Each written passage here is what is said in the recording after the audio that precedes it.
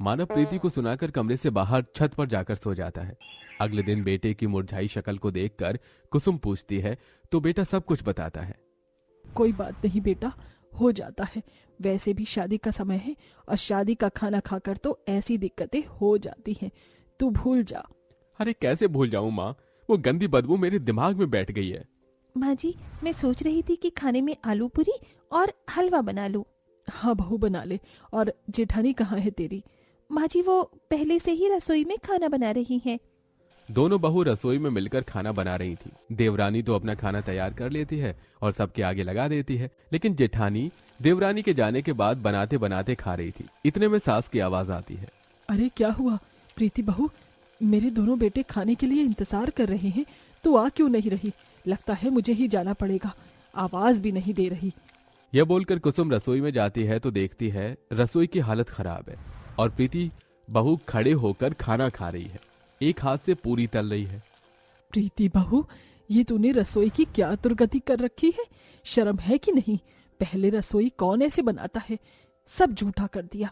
वो माँ जी, मुझे भूख लग रही थी इसलिए मैंने खा लिया। माफ कर दीजिए, मैं अभी लेकर आती हूँ। थोड़ा सा खाना बचा है। अच्छा, 1 चम्मच हलवा, आधी पूरी, ये बचा हुआ खाना किसको देगी? भुक्कड़ बहू।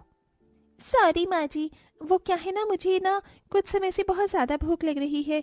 हे कृष्ण भगवान, बहू तू एक दिन हमें तो नहीं खा जाएगी ना अपनी भूख के चक्कर में? नहीं नहीं माँ जी, कोई बात नहीं माँ जी, मैंने तो खाना बनाया था ना। आप आ जाइए, खाना खा लीजिए। फिर आरुषि का बनाया हुआ खाना सब लोग खाते हैं और प्रीति उनके साथ बैठकर फिर खाती है। ऐसे ही कुछ दिन गुजरते हैं, लेकिन प्रीति का हद से ज्यादा खाना खाना बंद नहीं होता। वो जरूरत से ज्यादा खाना खाती है और कोई रोकता है तो उसके बाद वो डबल खाना खाती है। एक दिन प्रीति रात के सोते समय रसोई में बचा हुआ खाना खा रही थी, लेकिन बर्तन के शोर से घर के सारे लोग वहां आ जाते हैं।